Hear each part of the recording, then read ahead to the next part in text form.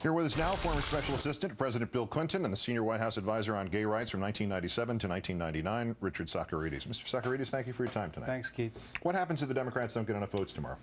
Well, they're very close. This is the closest we've ever been. The thinking is that we have 59 votes for repeal tomorrow. We need just one, probably just one more. But the concern, of course, is that with the political dynamics so fluid and with the midterms coming up, that if we don't get it through tomorrow, that the math will change and it'll be much harder after the midterms, if not impossible. And this law may be around for a lot longer than anybody had hoped. President Clinton was for open service, and Don't Ask, Don't Tell was considered a compromise. Where did it go wrong? Well, you're absolutely right. And he wanted open service, and this was the compromise that he thought he could get with Colin Powell and with Sam Nunn. I think the problem was that the military didn't live up to their end of the bargain. I mean, the deal was that if you were private about your private life, you were going to be allowed to serve, even if you were gay or lesbian. And, you know, I wasn't in the room, but reportedly, Colin Powell, who was then chairman of the Joint Chiefs of Staff, told Bill Clinton that you could go to a gay rights rally and still serve in the military so long as when you went to work, when you were in your service capacity, that you were private about your sexual orientation. And they didn't live up to that bargain, and what they did instead was started these witch hunts against people. So if the Pentagon's support of repeal now is one of the predicates of actually getting the repeal, and it has been in the slow introduction of this process by President Obama, once again, are the politicians relying on the promises of the warriors to do this correctly and to live up to their word on the subject? Well, I think it's been a very delicate balance. I mean, you know, the thinking has been that Secretary Gates and Admiral Mullen actually do support a slow transition to open service. But right underneath them, with the service chiefs and some of the other senior officers at the Pentagon, these very entrenched interests have been fighting against this policy. And they know they can't win because almost 80% of the American public support repeal of this law.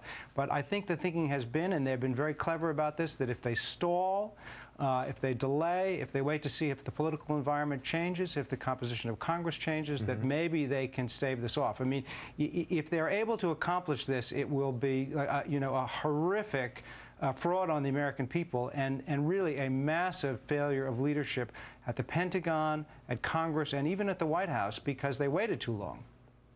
Is it interesting to you, apart from any investment in this, that the one place that there has not been a failure of leadership would be somebody who would have entered into this as the least likely of public figures, not necessarily to take on this issue, but to be credible and forceful and obviously damned serious about it, in Lady Gaga? I mean, it sounds incongruous, but it seems to be, she really gets the A+ in the whole scoreboard. She does, and she, you know, someone said, you know, there's that line about President Obama, where's our fierce advocate? Because he said he would be a fierce advocate for gay rights, and the Advocate magazine wrote about her that we found our fierce advocate. I mean, she has lent the power of her celebrity to this cause.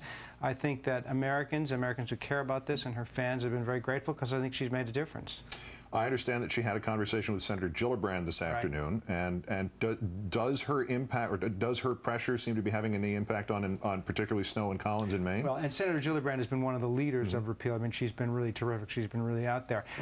You know, Washington is a strange place. I mean, I worked there for 10 years. I worked at the White House, and before that I worked in Congress. I mean, it shines a light on what's happening. It shines a bright light. It makes it much more transparent what's happening. But Collins and Snow, who say they're for repeal of Don't Ask, Don't Tell, are now will probably vote against repeal tomorrow so that they can vote with their leadership. And that's what she's shining a light on. That's what she's exposing, this you know, horrible fraud that's happening tomorrow, that looks like it may happen tomorrow in the American public. So if they don't have the votes tomorrow, do you think the Democrats would actually pull this out of the Defense Authorization Act? Is that where it's going to go? Is this going to be repeated up till the election? It's probably, tomorrow is the last best chance for this. If it doesn't happen tomorrow, it's going to go away until after the election. We're going to see what the new composition of Congress is. The president, you know, President Obama, since he became president, has had the ability to stop these discharges by either DOD regulation or by executive order. And I think if this does not go through tomorrow, the pressure on him will mount to do that before the election, and I would urge him to do that. I think it's very important that we take that stand for non-discrimination. 80% of the American public support it. Most Republicans support it. It's now getting lost in this procedural maneuvering leading up to the midterms. He might as well take it on himself. It's I not hope he does. Things aren't going to get any worse for him. It would help him in the election. It probably would. Richard Socarides, former senior White House advisor on gay rights. Great, thanks for coming in. Thanks, Keith.